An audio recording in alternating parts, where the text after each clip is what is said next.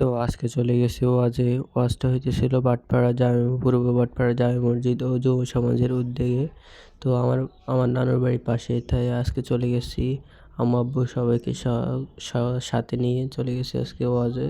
তো ওয়াজে গেলাম এবং কি কি করলাম ভিডিওটা আজকে দেখবেন পুরো। সবার আশা করি আলহামদুলিল্লাহ আমি অনেক ভালো আছি। আর বাঁচতেছি হচ্ছে 8:45। এখন ঘুম থেকে উঠে গেছি, নাস্তা খাবো আর কি, প্রতিদিন নাস্তা। আর আজকে এক জায়গায় যাবো, তো আগে দোকানে যাই, তারপর আগে এক জায়গায় যাবো। তো দেখাচ্ছি আবার আপনাদের সাথে দোকানে। তবে এখন রেডি হয়ে গেছি দোকানে যাওয়ার জন্য। আর দোকানে আজকে কাজ হচ্ছে যে নাস্তা শুরু করবো, সে দোকানে করে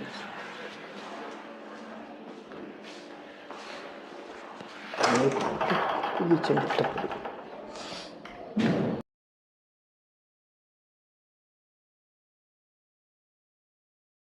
তারপরে দোকানে যেই তাকগুলা, মানে আমাদের দোকানের যে তাকগুলো আছে এগুলো মুছলাম, পরিষ্কার করলাম। পরিষ্কার করে তারপরে রেডি হয়ে যাবে এখন সাইকেল নিয়ে নানুর বাড়িতে। তো সাইকেল হাওয়া একটু কম ছিল, তো হাওয়া নিয়ে নিচ্ছি। তো এখন যাত্রা শুরু হচ্ছে আমার মাঠপাড়ার উদ্দেশ্যে, মানে আমার নানুর বাড়ির উদ্দেশ্যে। তো আজকে ব্লগটা এনজয় করুন।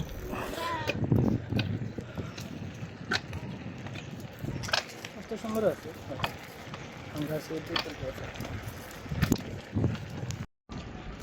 তো এখানে মজার কি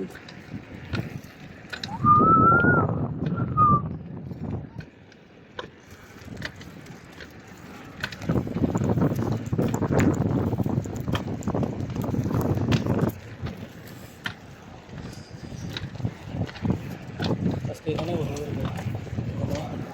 দিকে এসে দিকে সামনে হচ্ছে দোকান।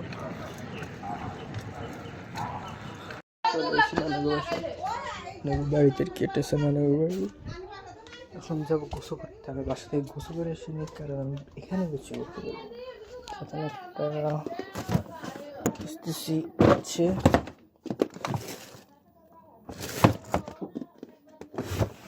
গামছা।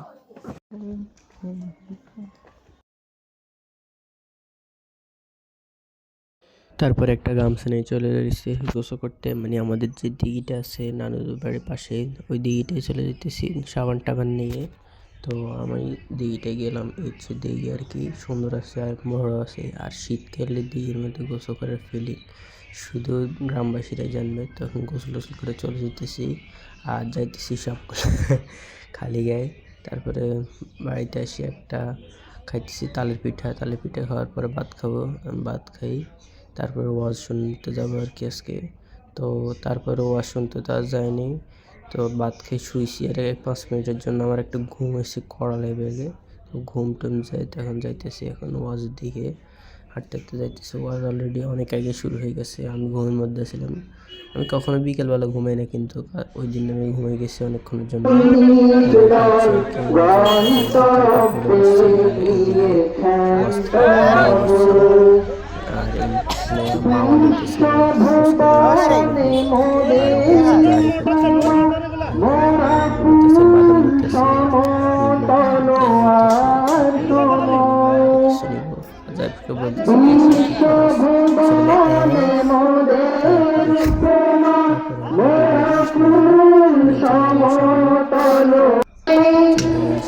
এই মামা নিতেছে সামনে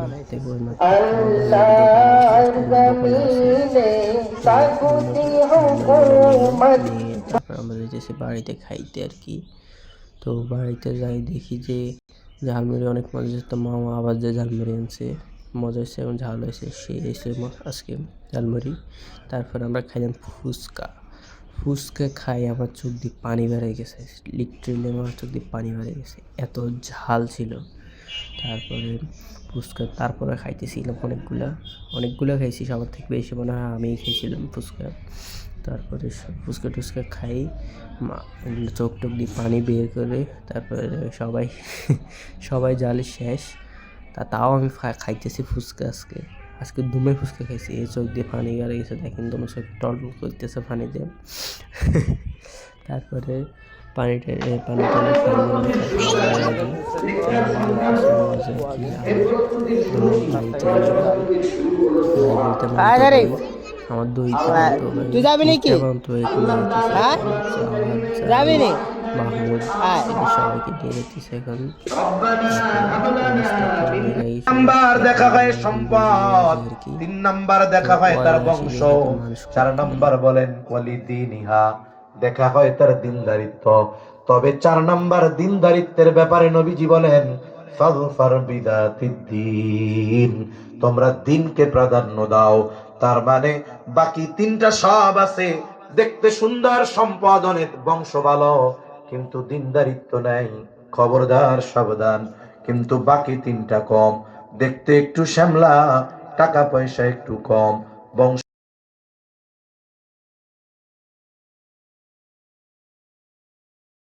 তো এখন যেতে ঈশার নামাজে বিরতি দিচ্ছে, ঈশার নামাজ পড়ে আবার শুরু হয়ে গেছে ওয়াজ। এবার আমরা সামনে বসছি আর কি, একটু সামনে যাই আমার মন্তব্যের সাথে আর কি।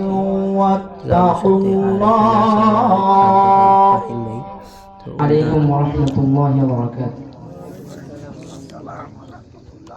दर नबी पर ये उम्र बीते हो हम पे लुत्फे दवा में सा दर नबी पर ये उम्र बीते हो हम पे लुत्फे दवा में सा मेरी जान मदीना दिल का चैन मदीना मेरी जान मदीना दिल का चैन मदीना आंखों का तारा मदीना सबका सहारा मदीना सरकार का मदीना सरकार का मदीना दरे नबी এমপি মসজিদে দেখলাম যে তাদের শেষ অবস্থা কি পরিণত হলো, তার মানে বোঝা গেছে এগুলা কোনো সফলতা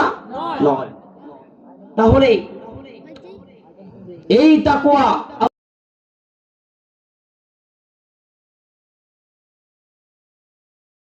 তো এখনও ওয়াজ শুনে যেতেছি বাসায়, মানে বাড়িতে আর কি, নানা বাড়িতে। তো যাওয়ার সময় নিয়ে নিছি এটাকে কি বলে আপনারা বলুন, আমি আজকে বলবো না, কমেন্টে বলে যাই।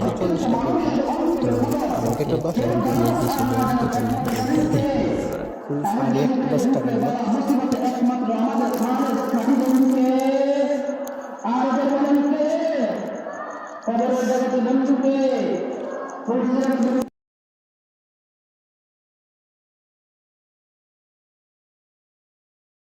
তো ওয়াজ এখন চলতেছে, আমি চলে এসেছি বাড়িতে। তো আজকে